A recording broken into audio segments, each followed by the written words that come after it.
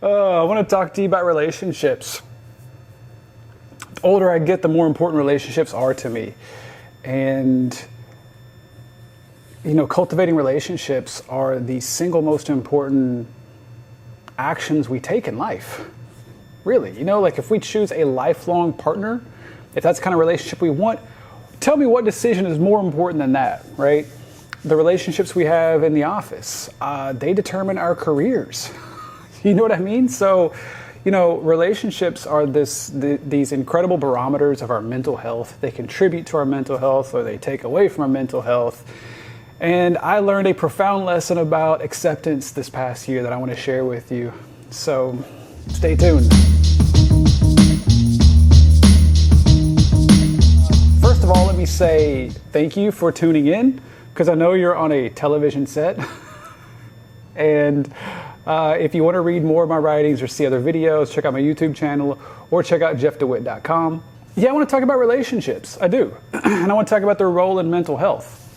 I want to talk to you like I know you, right? So in 2021, I ended my first successful long-term relationship sober. And it was really super challenging for me. And the takeaway from that experience was a lesson in acceptance. How I got there, though, was that at 38, I met this girl. And we fell in love, and the relationship, by and large, was healthy and successful. And then over time, there were some things that happened, and I noticed some patterns and some course correction needed to be made. And this is a two-way street. This is a relationship. So I was trying to do my part. I was going to therapy, and I would better understand my partner as a result, which was actually super fruitful in that relationship. I sort of found out later on, though, I was putting myself in that person's shoes more than I was putting myself in my shoes. But I'll get to that point in a minute. So, also I started reading a lot of relationship books, and I shared a lot of articles I found online with my partner, and it was just in an effort to maintain this relationship, keep it healthy as we possibly could. And it ended. It was difficult. At first I thought it was a nice clean ending, but in fact, hindsight being what it was a little traumatic, and it stung quite a bit. So I was flung into the deepest reflective period of my life, and I spent a lot of time mining the experience, the relationship, the history, the trajectory of the relationship for wisdom. I was like, what happened? I don't want to repeat these mistakes going forward. In fact, I learned quite a bit. One thing was I learned that the way we treated each other, our behavior was informed by past experiences, past relationships we had with former partners or even our parents. Past experiences directly affected our present.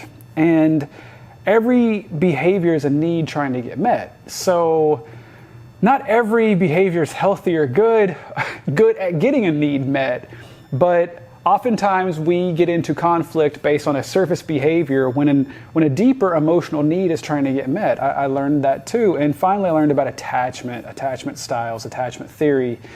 I myself, best of times, secure attachment. Worst of times, anxious attachment. She, on the other hand, was avoidant attachment.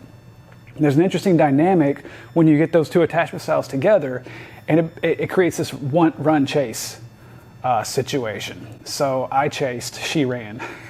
And I liked that. I liked it a little bit. After a while, it was just like I was exhausted. I knew I couldn't keep it up, which is one of the reasons why I tried to course correct so much. And after I made those realizations, I came to a hard truth that I had to accept, which was I abandoned myself in that relationship, trying to make it work, trying to see my partner's perspective. I realized I was abandoning my own perspective, gaslighting myself, in effect, at times. Is that okay if I put that out there like that? I don't know. I don't know if I should. I don't know if I should do that. I don't know.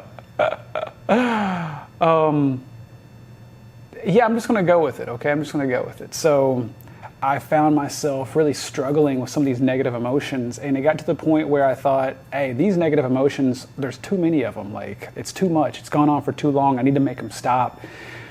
And I found myself feeling like something's wrong with me. I read this book called The Happiness Trap. Plot of the book or premise behind it is that, at least in modern times or Western culture, we have a tendency to want to be happy all the time. and it's not possible. And your mind works at keeping you alive with a lot of negative thoughts. I think in the book it cites a study that said 80% of your thoughts are negative, but it also talks about dealing with those negative thoughts. And it teaches you some strategies to accept the feelings and your thoughts on those feelings and just allow those things to exist, not to pass, just to be. And then you can direct your energy and your time, your effort into healthier, more productive goals. So once I read that and began to practice those strategies, it profoundly helped. I learned a lot in the past year about the parallels between my sobriety and getting over this past relationship. And love and addiction are not quite the same things, but there's some curious overlap in there. And so I used to think that I became sober through my struggle. Like I realized that I was never going to be normal. I struggled with these cravings, and I thought that I grew strong by facing, my addiction that way and cultivating this really strong sobriety. And what I really learned is that I had accepted years ago that I was always going to have to deal with these cravings. There's nothing I could do about it. And I wasn't actually wrestling with those feelings anymore. I just knew they were always going to exist. And then I started directing my effort in other ways, in healthier ways, more productive ways. And the same thing happened with this breakup, where I realized I'm not accomplishing anything by struggling with these feelings. I'm not going to process them away. Heartbreak, you don't solve it. So overall, the experience taught me about the role of relationships and mental health and strategies like acceptance, which are really, really important. I'm just still talking. I need to just stop talking now. I think that's it. So if you have any suggestions, or if you have any topics for me to discuss, or you have a bone to pick with me, leave it in the comment section below. Thanks.